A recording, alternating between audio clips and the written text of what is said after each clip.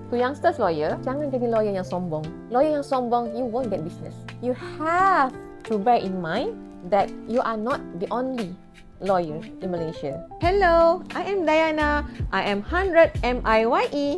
I am the CEO and the managing partner of Arizal Jailani Co. Arizal Jailani Co focus on conveyancing. What is conveyancing? Conveyancing ni kita menguruskan jual beli transaksi hartanah di Malaysia, melibatkan corporate, retail dan juga projek-projek development yang baru di Malaysia. Actually, we started from the very small firm. I started with one staff only. And today, Alhamdulillah, we grow big. We got 9 branches across Peninsula Malaysia. We expanding to Istanbul and Bali. I dah start bekerja daripada umur I 15 tahun. I dah stop dapat duit belanja from my parents since my age 15 years old. I tak pernah meminta daripada my parents because my parents datang from keluarga yang sangat-sangat susah, which is my mom is only pengasuh taska and my father tak dapat nak bekerja daripada I think since my age was 6 years old because my father ada masalah kesihatan. Actually, a leadership ni is a very lonely. You have to be strong.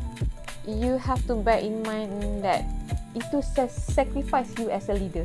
You kena ada business minded. Sebab sekarang ni, you yang kena mencari klien. During COVID era, the property market price semua jatuh because of terlalu banyak rakyat Malaysia yang diberhentikan kerja.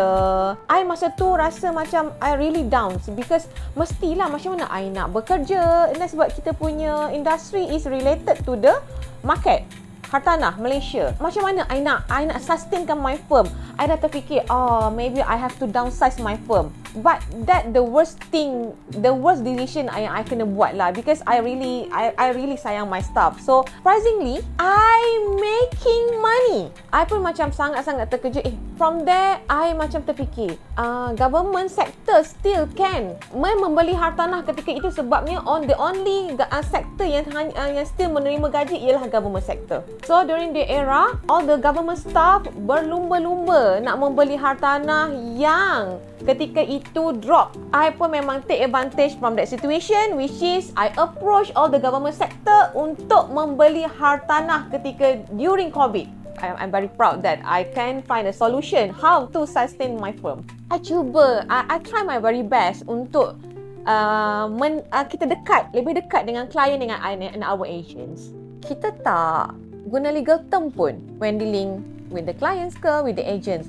Sebab bukan semua orang faham. Of course, kita kena faham apa yang mereka tak faham. I always educate my team to love their job. When you love your job, you won't feel burden. Kita tak ada kasta. You lawyer 10 tahun ke, you lawyer 5 tahun ke, kita kena respect each other. Then from there, we can create a beautiful and healthy family to grow together. So, kita kena enjoy sentiasa. Kita kena enjoy always. Sebab I tak suka stress. So, bila I stress, siapa I cari? Of course, all my team. To sit together, to laugh together. Sometimes cry together. Okay?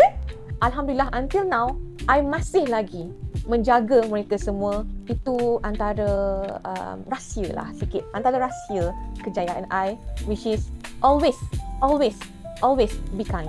Arizal Jailani Co or AJC, the legal firm yang always bagi you keunikan dalam bekerja, enjoy dalam bekerja and bagi you inspiration untuk you lebih berjaya.